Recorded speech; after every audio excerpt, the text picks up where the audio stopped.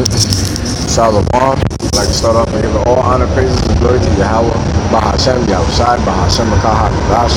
Double honors to my apostles, the elders of Good Millstone. Taught me the truth and still do. Salutations to the Akim on the highways and the hedges. And the four corners preaching His word with truth and sincerity.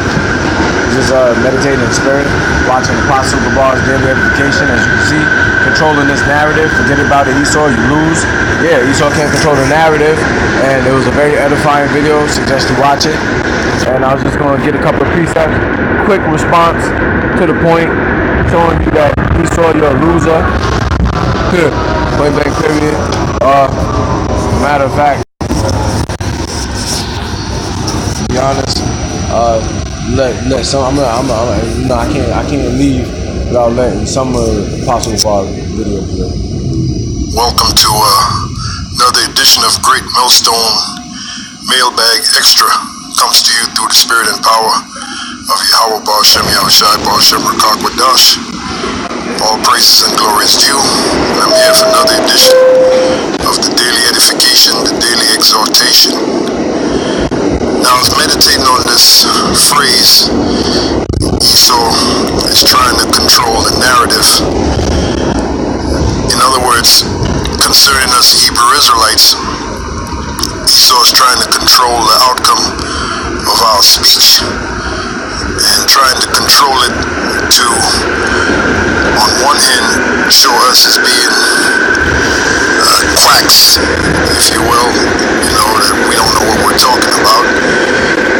We're nothing but religious zealots, religious quacks, and that he's being unfairly, and when I say so he's being unfairly demonized by us, and he's not so bad, and no matter what, he's gonna escape his punishment, and go as far as to say he's not who the Lord says he is. Not we, but the Lord says he is, which is Esau, Edom.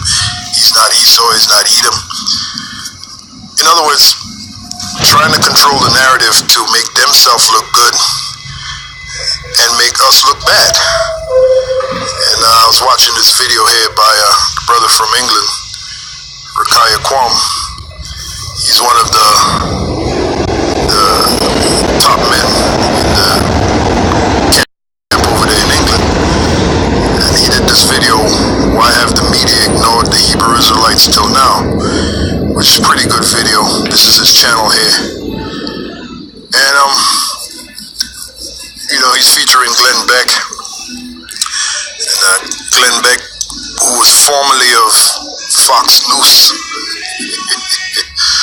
Glenn Beck, who was formerly of Fox News, or Fox News, and now I believe he's out on his own pretty much. And Glenn Beck is saying that basically we live in America, we have the right to freedom of speech, but we don't have the right to do what we say we're going to do according to the Lord's word, according to Bible prophecy. And once again, this is an example of Esau thinking that they're gonna rule forever. Listen, Esau, you're not gonna rule forever. You had your time to rule, and now we're in the twilight of your downfall. That's right. Okay. Yeah, and as you can see, it's a very edifying video. Suggest you watch it. And I was just going to get a couple of precepts to match, what was being said by Apostle Gabar. The Lord's willing to be edifying. Because we are in the twilight of Esau's downfall, regardless of what people want to say, especially in this year 2019, year of Charagma, coined by the of the Apostle Tahar, and rightfully so, because Esau is trying to control this narrative, and you can clearly see that if you've been watching the news and current events. Those Hebrew Israelites that were there at Covington, You know, with those boys from those Edomites from Kentucky, whatever school they was from. Basically, they keep on throwing out this word, black Hebrew Israelites. We don't affiliate our first and foremost. That's the disclaimer. Got to use that. We don't call ourselves black by no shape, form, or fashion because we're not black. The word black means negative, void, undeserving. It's very demoralizing for a nation. And we understand why Esau uses it so he can stay on top, and why he calls himself white, because he's not white neither. White is what you would call holy, pure. That's what it means in the color of law. And he's not that at all. Yeah, so yeah.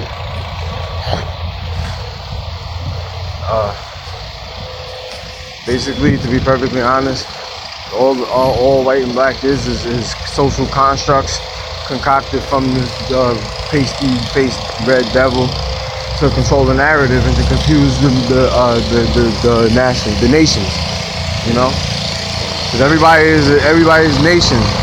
Every race has their own nation, and really there's a color. And when you look at the, how would you put it? When you look at the beginning of the Bible, which is Genesis, it tells you he was basically the first color that was spoken about was Esau. You know, the book of Genesis, chapter 25,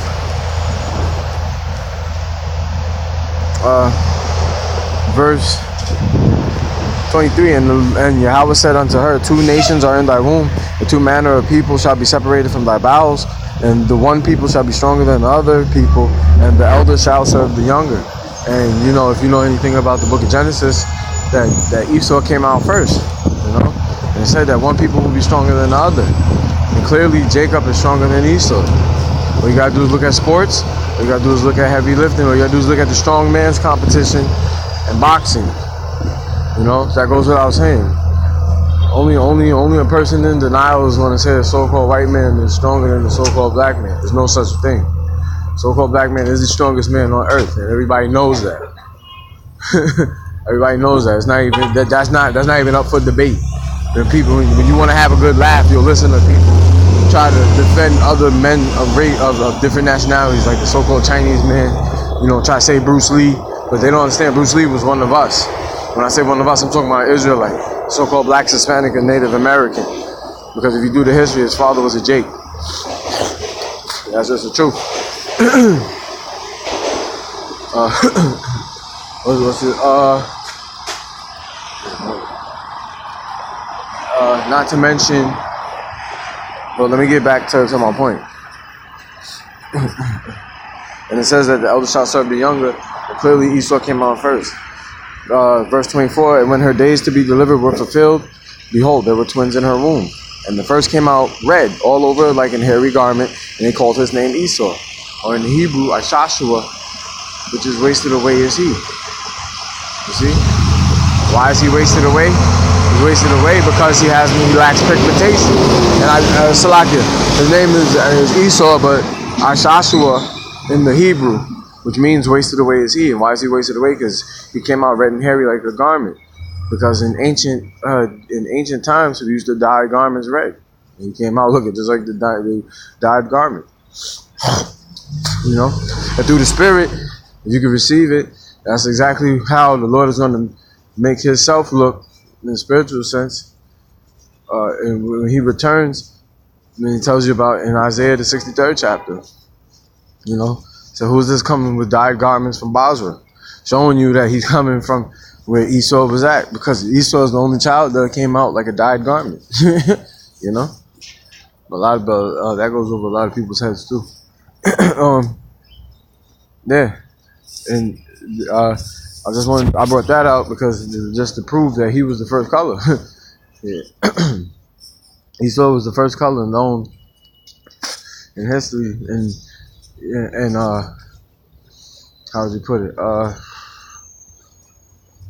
That's why he writes us in the Constitution as a criminal, because if you look up a criminal, what is that called?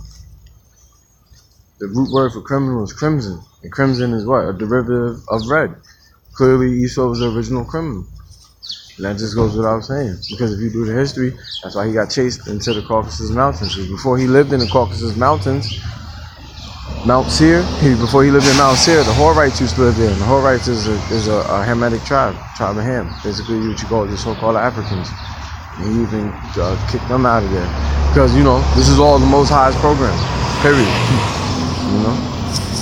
So going back to Romans, this is what I wanted to get. Book of Romans chapter 9, verse 11. For the children being not yet born, neither having done any good or evil, that the purpose of power according to election might stand, not of works, but of him that calleth. So yeah, it's letting you know right here.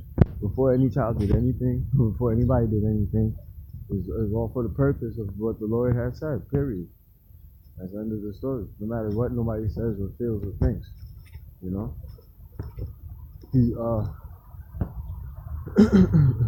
This is my second point. You know, to prove that Esau that the Apostle Gabal was right. Esau was a born loser. Because first you got hit with the first you had the color, you know, you got hit with the color, and you wasted away pigment, your blood shows forth through your skin. Because if you do the history on that, Cain and Abel, Esau was the son of Cain, and Jacob would be the son of Abel, if you could perceive it. Because the story of Cain and Abel did Abel gave the right sacrifice that the Lord wanted. The Lord wanted a lamb or a dove, and from what I understand, Abel gave a lamb, you know, because the Lord wanted to smell that sweet savor, and the Lord wants you to sacrifice your best to Him because He is the best. Period. Like if you had to sacrifice your sneakers, of course you would sacrifice your Jordans to the Lord. You wouldn't give up your Skechers, you know, if you will. And that's what Cain did. Cain gave up his sketch. Cain didn't even give up no sketches. He gave us some goddamn some shit. Gave up some LA gears, if you will, with the lights when they flash on it. You know, is it disrespectful from out the gate? Cain gave up some fruits and vegetables. You know, goddamn well, the Lord don't want no fruits and vegetables. When I read that, I was like, yeah, that sounds like so cold right there. And that's why when he killed his brother, he said, what he said, the Lord asked me. He said, how should I know him? My brother's keeper. Like you straight up gonna lie to the Lord. Straight up to the Father himself. You gonna lie to the Father. So you know ain't no truth in these people. They fit Psalms, the 58th chapter. You know? They come fresh. The wicked are estranged from the womb. They be born. They come fresh out of the. They be estranged from the womb. They be born speaking lies, loosely paraphrasing. As soon as these Edomites come out, they mother twat, telling lies. You get their Pinocchio on. You know. So that was so. In all honesty, that was the first strike. Once Esau was born. After Cain had killed his brother, the Lord struck him with leprosy. That was his punishment, you know. And that was Esau. That was the first strike that you was a born loser. You were born to lose because you got hit with the mark of leprosy. It's just like how the apostles and elders were saying in the live stream when they was on the highways and hedges a couple days ago, Saturday, and they said, like, you know, it's just like you see a bunch of roaches, but then you see that one albino roach. That was Esau. The albino roach stands out. Why? Because all roaches was brown. You see, that's why when Jacob was born, it never explained, it never detailed how he looked, because he looked like everybody else. Everybody else was a person of dark color. That's just true. Esau was the one that stood out like a sore thumb. You know, that's why you say you get caught red-handed. That's Esau. Esau got caught red-handed. He literally got red hands because his blood shows forth through his skin. And you want to tell if you're an Edomite, all you gotta do is ask a man. You know, it don't matter what color he is. It don't matter where he came from. All you gotta do is ask him this simple question. Because I agree with the brothers at Mysteries of the Kingdom, Brother Aram, Brother Kwanawa. All you gotta do is ask him, how do you like your steak? That man said he like his steak rare, medium rare. You an Edomite, point blank period, because you like blood. Just like how Esau and Jacob, when Jacob was making the stew, the lentils, and he said that he was faint, and he didn't even want to wait for the food to get cooked. And so it was because it clearly says it was red pottage. And then people try to switch that up, say that no, it was lentils. Lentils ain't got nothing red to do with it, you know. That's why people try to defend this cracker. It's plausible because you can't defend him. It's like you trying to, how would you put it?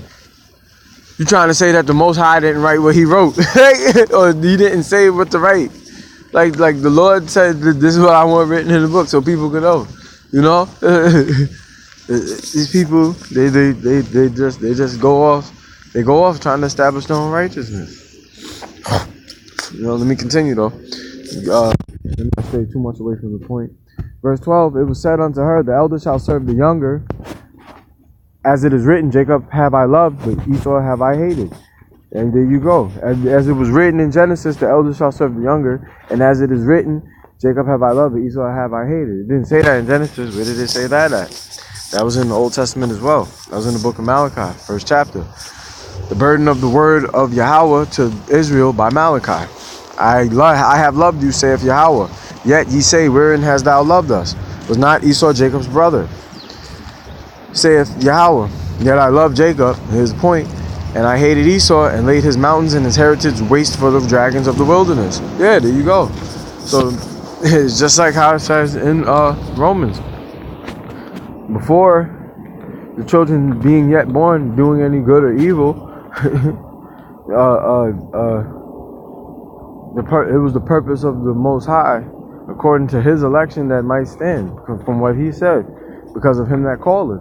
Point blank period. They didn't have to do anything wrong. You were already born to lose. Why? Because the Lord said so. Because the Lord already ordained Jacob and his sons to inherit the blessing. That's why everything played out the way it did. See, people don't understand that Esau was always going to eat red meat. Esau always was going to go against the law, statutes, and commandments of the Heavenly Father, because by the definition of what it says right here, Esau is not the Lord's children. Esau is the devil's child, because the devil's child does it. The Satan's children rather, because the word Satan in the Hebrew is Shaitan, and it means adversary. So the so-called white man is the adversary to the Heavenly Father, and he knows that. Point blank period. That's why everything that he does is contrary to the Bible, and this is the truth. Nobody wants to admit it, but it is the truth. You're not supposed to be in a temple made with hands. There's nothing but cathedrals and mosques out here, you know? You're not supposed to build, I'm in Manhattan right now. You're not supposed to build no, what's that called? No building over 3 stories. All you see is a bunch of penthouses and caves. It's like the caves out here, no mountain range. And people don't understand. And that's the truth. You know, we had grass. Grass is a shock absorber for your ankles and your knees. And what you put here, concrete. Just like a cave, man. You go in a cave, it look just like this shit. That's the truth. You know, so this is His kingdom. And it's coming down, and it's a beautiful thing. You know? Oh, excuse me. Let me read some more. What shall we say then? Is there unrighteousness with power? The Most High forbid. For He saith to Moses, I will have mercy on whom I will have mercy, and I will have compassion on whom I will have compassion. That's the truth. Just like a true judge. You can't tell the judge, like, oh, you're not being fair, judge, because the judge let one guy go and then made another guy serve a sentence. It's all up to the judge. Whoever's the person in power, they do what they see fit. Period. And you can't say that the ultimate power, because the Lord is the ultimate power. He's the creator of heavens and earth. What the fuck you gonna tell Him? You know? Matter of fact, before I even finish, that's why His name is Yahweh. And Yahweh means He exists. You don't know when He started. You don't know when He never stopped. You don't even know when He started. That's why in the book of Daniel He's called the Ancient of Days. Because you don't know what he was doing before He made you. You know? This is the book of Isaiah chapter 45, verse 7. I form the light and create darkness. I make peace and create evil. I, the Lord Yahweh, do all these things. There you go. And that's not even the one I wanted to get, but you know, the water for that one coming out. This is the one I wanted to get. The water Yahweh, send me outside. The book of Deuteronomy chapter 32, verse 39. Because this further explains the thought process of the Lord and why you're not fucking with Him, no matter who you are. You know? Verse 39, see now that I, even I, am he, and there is no power with me. I kill and I make alive, I wound and I heal.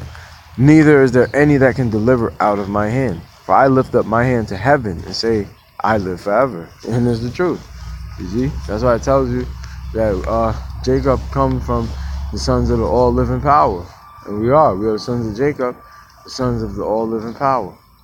And the all-living power is Yahweh. He has his only begotten son, Yahweh Shah, Hamashiach, the one who the world ignorantly calls Jesus Christ. To this day, when you bring, no matter how much evidence you bring up on the fact that there's no way in hell his name could have been Jesus. The letter J wasn't even created at the time, and they was praising the Lord. So, you know, but everything is done for a reason, and shows you how smooth and calculated and precise and cold the Most High is. Because he said that 2/3 of our own nation, so-called blacks, Hispanics, and Native Americans, got to die on this side because they're rebellious. You know, it was already written that way. And also it was already written that the Lord would rather that everybody learn and serve him. But it's just because our people are so, how do you put it, stubborn and hell-bent on keeping Esau alive. And that's the truth. So they're going to get a horrible death, if you will, and they're gonna have to be made up again. But yeah, I've been going on for a while. I didn't want to go that long, but I'm gonna get another precept just to prove that Esau, you're a born loser, because it's the truth. That was another one right there. That's just strike two. Your first strike is that you were born the son of Cain, born with leprosy. Second one is that the elder said he saw himself younger. That the characteristics of a so-called white person, you fit the characteristics of the scribes of the Edomites. You're just a bunch of fools. You don't know anything. You disrupt and murder and pillage everything. You disrupt and kill off everything as you touch it. You're the harbinger of death. I'm telling you in the book of Habakkuk, the 2nd chapter. You know? But I'm going to just close with this. I'm going to get out the Apocrypha. You know, just to call it a day, because this is the truth. You know, it's like how it tells you. Well, just in case you didn't know, let me get that real quick. The book of Genesis, chapter 25, verse 25. And the first came out red all over like an hairy garment, and they called his name Esau. Verse 26. And after that came his brother out, and his hand took hold on Esau's heel. That right there is a symbol. That's symbolic right there. Very powerful.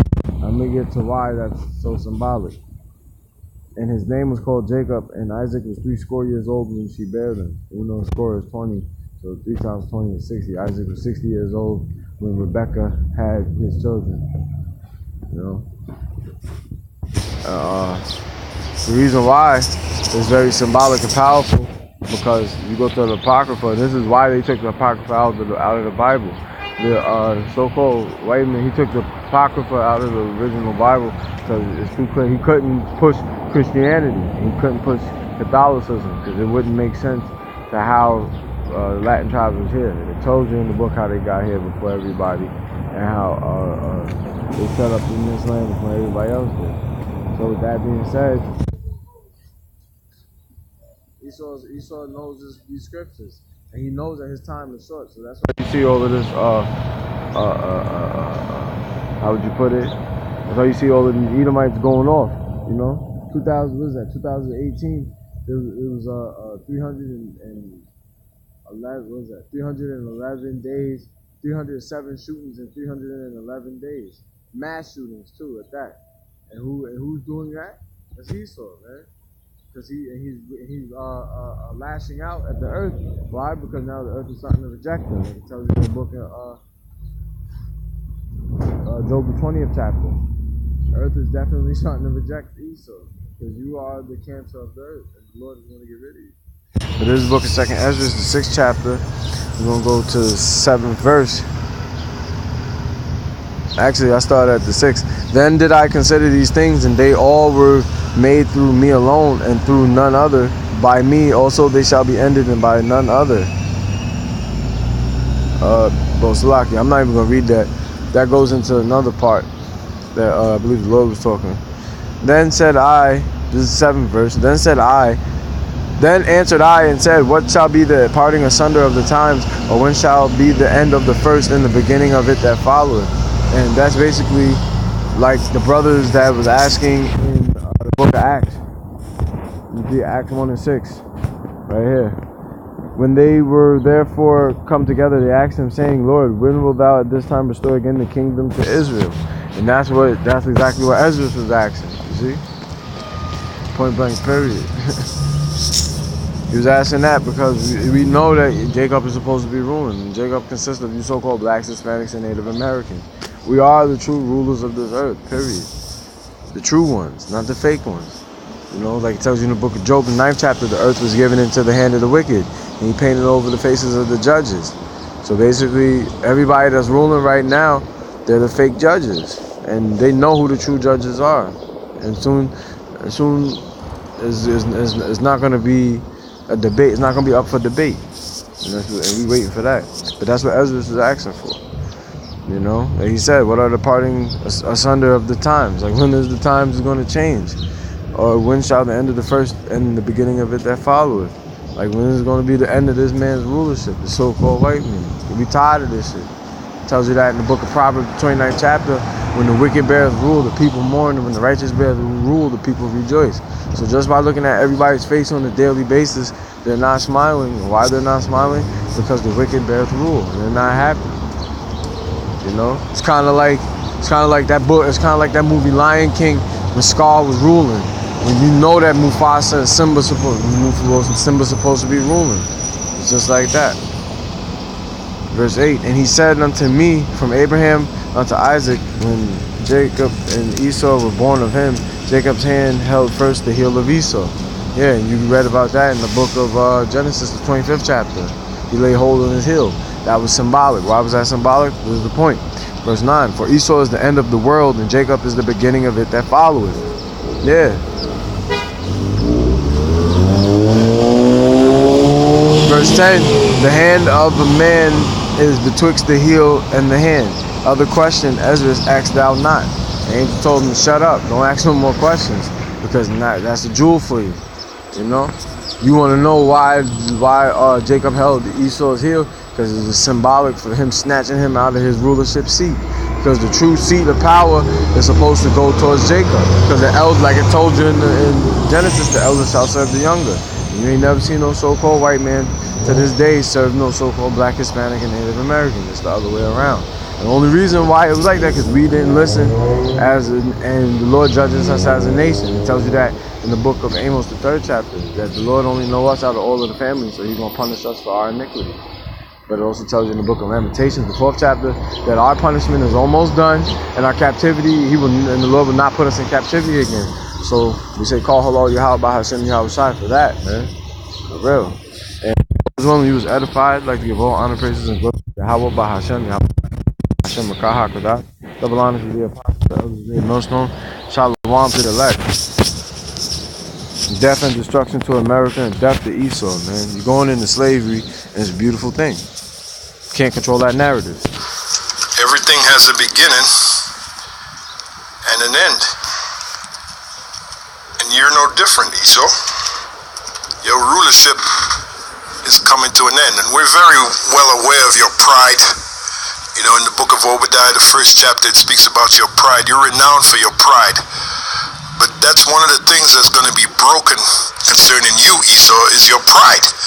And it's going to be broken by Yahweh Ba'al Shem Yahweh Shai, us.